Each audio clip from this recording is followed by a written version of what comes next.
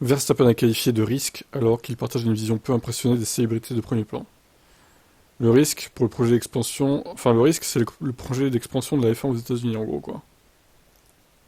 Verstappen a initialement refusé de participer à Drive to Survive de Netflix, tel était son souhait de rester à l'écart. Et même si Pete, le film de F1 produit par Hamilton, sont venus à Silverstone plus tôt cette année, il a admis, ça ne me dérange pas. Je ne suis pas non plus très intéressé d'entendre nos voisins comment ils ont vu leur saison. Je n'ai pas besoin de regarder Drive to Survive, parce que je sais ce qui se passe. Je connais ma version de l'histoire, pour moi ça suffit.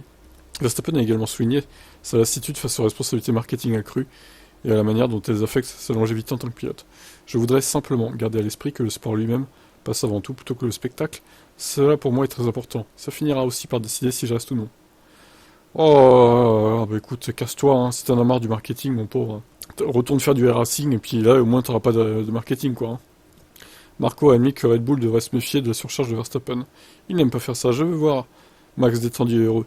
Peut-être un peu moins de sponsoring. Cette attitude a conduit Barton Crockett, analyste de recherche principale chez Rosenblatt Securities, qui couvre les propriétaires de Fair Liberty Media, a déclaré aussi formidable que soit Verstappen, il semble actuellement présenter le plus gros risque pour l'entreprise.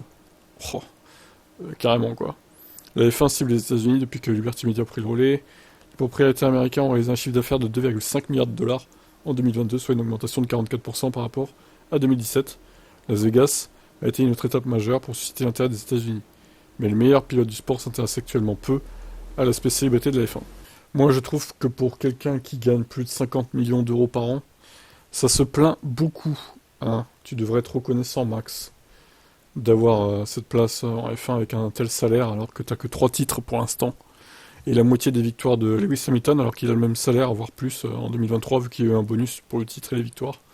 Donc bon, je trouve ça un peu déplacé de se plaindre. Après bon, voilà, c'est mon avis, encore une fois on va me traiter de anti-max, mais bon. Les autres se plaignent pas autant, hein. C'est ça la vérité. Qu'est-ce que vous en pensez?